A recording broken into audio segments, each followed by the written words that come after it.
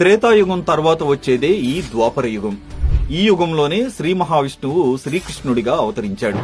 దీని కాల పరిమాణం 8,64,000 సంవత్సరాలు. ఈ యుగంలో మానవుడు స్వార్థం, ఈర్ష్య, అసూయ వంటి అవలక్షణాలను పుడికిపుచ్చుకుని ఎన్నో అధర్మాలకు పాల్పడ్డాడు. రాజ్యం కోసం సోదరులతోనే కురుక్షేత్ర యుద్ధం చేసిన దుర్యోధనుడే ప్రత్యక్ష ఉదాహరణ. వర్ణ వ్యవస్థ ఆధారంగా వృత్తులు నిర్ణయించబడ్డాయి. వేద విద్య బ్రాహ్మణులకు, రాజ్యపాలన, యుద్ధ కళలు క్షత్రియులకు, వ్యాపారాలు వైశ్యులకు ఉండగా శూద్రులు అంటరాని వారిగా బానిసలుగా పరిగణించబడ్డారు. వేదాలను ఋగ్వేదం, సామవేదం, యజుర్వేదం, అథర్వణ వేదం అనే 4 భాగాలుగా వర్గీకరించారు. ఈ వర్గీకరణ కారణంగా విభిన్న వృత్తులు, కార్యకలాపాలు ఉనికిలోకొచ్చాయి. ఈ యుగంలో మానవుడి ఎత్తు 10 అడుగులు, ఆయుర్దాయం 1000 సంవత్సరాలుగా ఉండేది. ద్వాపర యుగంలో రాజుగా చంద్రుడు, మంత్రిగా బుధుడు ఉన్నారు. చంద్రుడిది గురువర్గం, బుధుడిది శనివర్గం అవ్వడం వల్ల ఒకరంటే ఒకరికి పడదు.